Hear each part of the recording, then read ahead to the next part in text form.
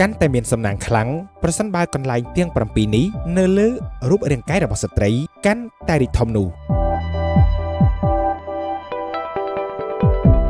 លោកអ្នកនាងប្រិយមិត្តជាទីមេត្រីបើយោងតាមទស្សនៈនរវិទ្យាមនុស្សស្រីដែលមានផ្នែកទាំង7នេះនៅលើរាងកាយដែលមានទំហំកាន់តែធំនោះវាបង្ហាញថាមនុស្សស្រីទាំងនោះគឺមានសំណាងច្រើនទាំងទ្រព្យសម្បត្តិការងារនិងសំណាងខ្លាំងក្នុងរឿងស្នេហាផងដែរ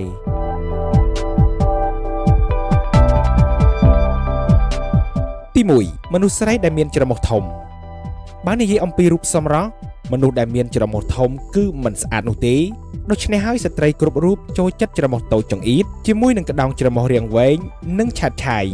ក៏ប៉ុន្តែយ៉ាងណាក៏ដោយបើយោងទៅតាមទ្រឹស្ដីចាស់បុរាណពីដើមច្រមុះដែលធំច្រមុះក្រាស់មានសាច់ច្រើនគឺជាច្រមុះរបស់ព្រះនៃសំណាងរុងរឿងក្រៃលែងដូច្នេះហើយស្ត្រីដែលមានទម្រង់ច្រមុះធំមានបុគ្គលិកលក្ខណៈសុភាពរាបសារមានភាពជាអ្នកដឹកនាំនិងភាពក្លាហានមិនធម្មតានោះឡើយដូច្នេះពួកគេអាចធ្វើរឿងដ៏អស្ចារ្យជាច្រើននិងមានអាជីពការងារយ៉ាងរលូនស្ត្រីទាំងអស់នេះក៏ជាមនុស្សដែលគួរឲ្យទុកចិត្តខ្ពស់ផងដែរហើយក៏មានសំណាងល្អហើយអ្នកណាបានគេធ្វើជាប្រពន្ធនោះនឹងមានសុភមង្គលច្រើនទៅថ្ងៃអនាគត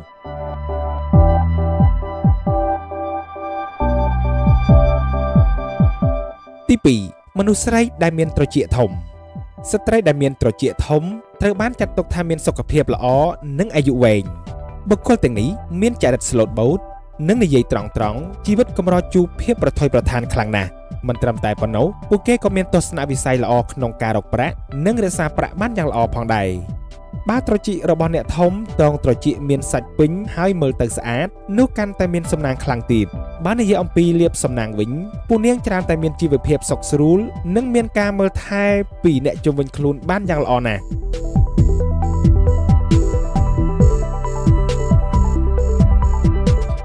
ទី3មនុស្សស្រីដែលមានចង្ការព្រែកមនុស្សស្រីជាច្រើនប្រហែលជាអន់ចិត្តនឹងខ្លួនឯងនៅពេលដែលកើតមកមានចង្ការព្រែកក៏ប៉ុន្តែបើយោងទៅតាមទស្សនៈរបស់ក្រុមនរវិទ្យាមនុស្សស្រីដែលកើតមកមានចង្ការព្រែកនោះគឺជាកន្លែងទាក់ទាញសំណាងខ្លាំងបំផុតរបស់ពួកនាងយ៉ាងណាមិញមនុស្សដែលមានចង្ការព្រែកជីវិតពួកគេកាន់តែមានសុភមង្គលលុយកាក់ហូរចូលប្រកបដោយសុវត្ថិភាពលាភសំណាងចេះតែកោះទ្វារហូរចូលហើយមុខជំនួញក៏រីកចម្រើនទៅតាមនឹងផងដែរ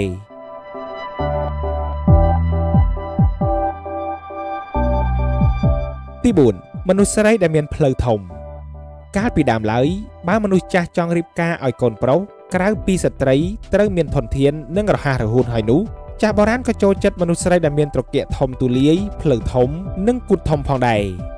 ដោយសារតែពួកគេជឿថាស្ត្រីដែលមានលក្ខណៈពិសេសទាំងនេះគឺមានសំណាងក៏ដូចជាងាយស្រួលក្នុងការសម្រាលកូនហើយជាទូទៅនោះមើលទៅពោពេញទៅដោយពរជ័យនិងនាំមកនៅសំណាងល្អដល់ប្តីនិងកូនរបស់ពួកគេនិងអ្នកនៅជុំវិញខ្លួនរបស់ពួកគេជាងនេះទៅទៀតនោះស្ត្រីដែលមានផ្លូវធំជាធម្មតាមានអាយុវែងនិងមានសមត្ថភាពគ្រប់គ្រងកិច្ចការក្នុងគ្រួសារបានយ៉ាងល្អប្រសើរដូច្នេះបើមានប្រពន្ធមានផ្លូវធំនោះជាសំណាងរបស់អ្នកទាំងអស់គ្នាហើយអ្នកច្បាស់ជាមិនស្ដាយក្រោយនៅពេលក្រោយនោះទេ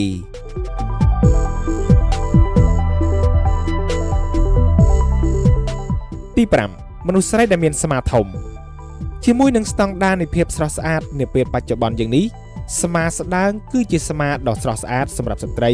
ខណៈដែលស្មាមានសាច់ដុំមើលទៅមាឌៀងមាឌធំគឺនឹងកាត់បន្ថយភាពឆាតឆាយនៃរូបសម្រស់របស់ស្ត្រីក៏ប៉ុន្តែបើទោះបីជាយ៉ាងណាក៏ដោយបើយោងតាមអ្នកសិក្សាស្រាវជ្រាវដោយផ្អែកតាមទស្សនៈរបស់នរវិទ្យាបានចង្អុលបង្ហាញថាស្ត្រីដែលមានស្មាធំស្មាក្រាស់គឺល្អខ្លាំងណាស់ក្នុងការបំពេញភារកិច្ចពីមេឃទៅសមុទ្រពួកគេប្រហែលជាមិនសូវពូកែទេក៏ប៉ុន្តែពួកគេគឺជាប្រភេទមនុស្សឧស្សាហ៍មនុស្សឆ្លាតវៃ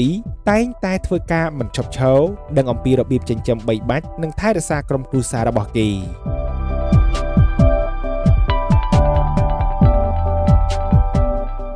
ទី6ស្ត្រីដែលមានគូទធំបើយោងតាមទស្សនៈនរវិទ្យាមនុស្សស្រីមានគូទធំមូលជាមនុស្សដែលមានចិត្តទូលាយចិត្តល្អនិងជាអ្នកមានជីវិតមនុស្សនេះមានស្ថិរភាពខាងសម្ភារៈធ្វើអ្វីគ្រប់យ៉ាងដោយរលូនលើសតែពីនេះពួកគេគឺជាមនុស្សមានជំនាញមានសមត្ថភាពរកលុយបានច្រើនហើយនេះក៏ជាសំណាងរបស់ស្ត្រីដែលមានជីវភាពធូរធារនិងមានប្រយោជន៍ដែលចេះយកចិត្តប្តីនិងងាយផ្ដល់កំណើតដល់កូនឆ្លាតនិងស្រស់ស្អាតទៀតផង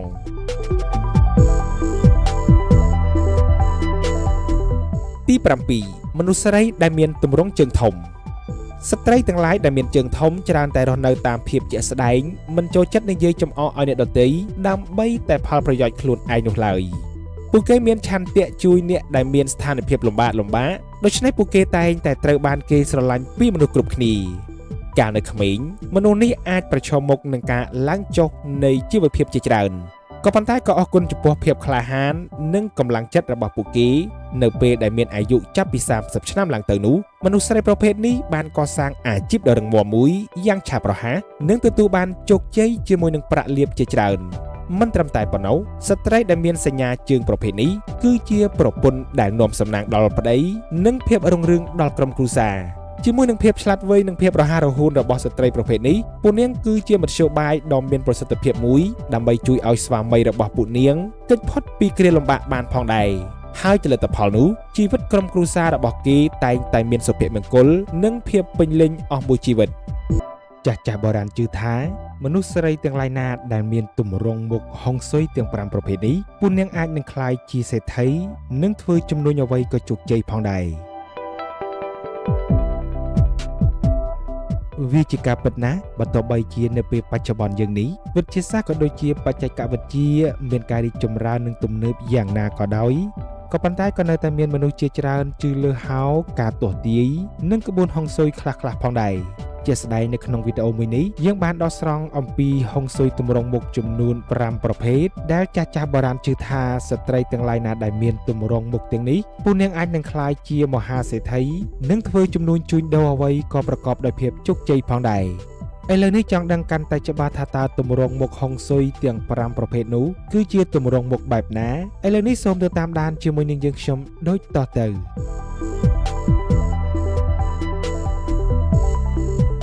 ទី1មនុស្សស្រីដែលមានថ្ងាសរាងមូលនិងប៉ោងបន្តិច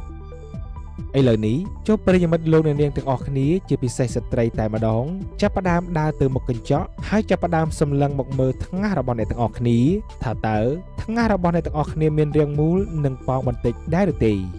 បើយោងតាមនរវិទ្យាថ្ងាសប្រៀបបីដូចជាវាមានស៊ូមួយអញ្ចឹងដែរយើងក៏អាចដឹងអំពីដំណពូជពីឪពុកម្ដាយភាពឆ្លាតវៃការគិតនិងអាកប្បកិរិយាតាមរយៈនៃទម្រង់ថ្ងាសរបស់យើងបានផងដែរនរវិទ្យាបានអះអាងថាមនុស្សម្នាក់ដែលមានថ្ងាសស្អាតពួកគេមានទំនោរទៅរកភាពឆ្លាតវៃហើយមានការស្រមើស្រមៃនិងគំនិតច្នៃប្រឌិតខ្ពស់បំផុតសមត្ថភាពទាំងអស់នេះគឺជាកត្តាសំខាន់ក្នុងការធ្វើឲ្យមនុស្សម្នាក់នេះទទួលបានជោគជ័យក្នុងអាជីពរបស់ពួកគេទៅថ្ងៃខាងមុខផងដែរ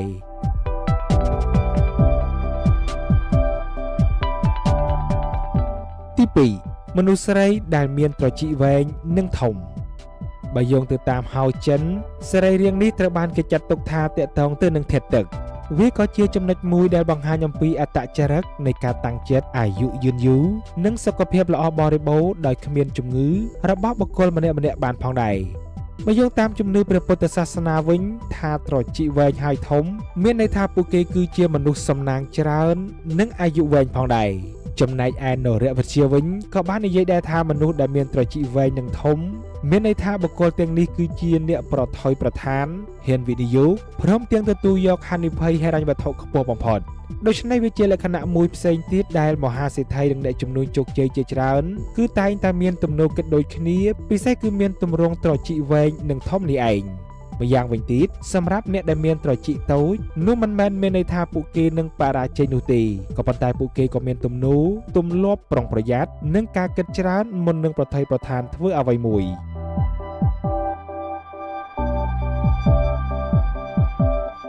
ទី3មនុស្សស្រីដែលមានចិញ្ចើមក្រាស់និងខ្មៅ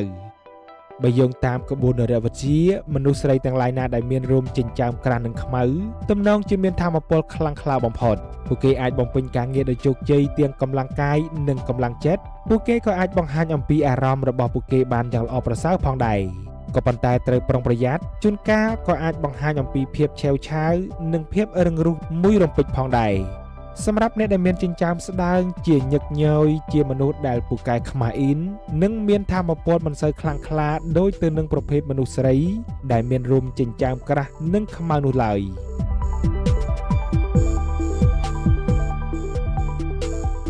ទី4មនុស្សស្រីដែលមានទម្រង់ភ្នែកធំ ប្រយោគដ៏ពេញនិយមមួយទៀតដែលមនុស្សគ្រប់គ្នាប្រកាសជាធ្លាប់ឮហើយថាភ្នែកគឺជាបង្អួចនៃបេះដូងហើយជាការពិតណាស់នៅរវិទ្យាក៏បានបញ្ជាក់បែបនេះផងដែរជាឧទាហរណ៍ភ្នែកមូលធំច្រើនតែជាមនុស្សមានចិត្តសប្បុរសជាបុគ្គលដែលពូកែយល់ចិត្តពូកែអាណិតគេឯងនិងទទួលបានសំណាងច្រើនពីមនុស្សជុំវិញខ្លួនទន្ទឹមជាមួយគ្នានេះមនុស្សស្រីដែលមានភ្នែកតូចក៏មិនមែនមានន័យថាអាក្រក់នោះដែរពួកគេគឺជាបុគ្គលម្នាក់ដែលពូកែជ្រើសរើសហេតុផលលើអារម្មណ៍រួមទាំងមានការប្រុងប្រយ័ត្នខ្ពស់ចំពោះការទំនាក់ទំនងផងដែរ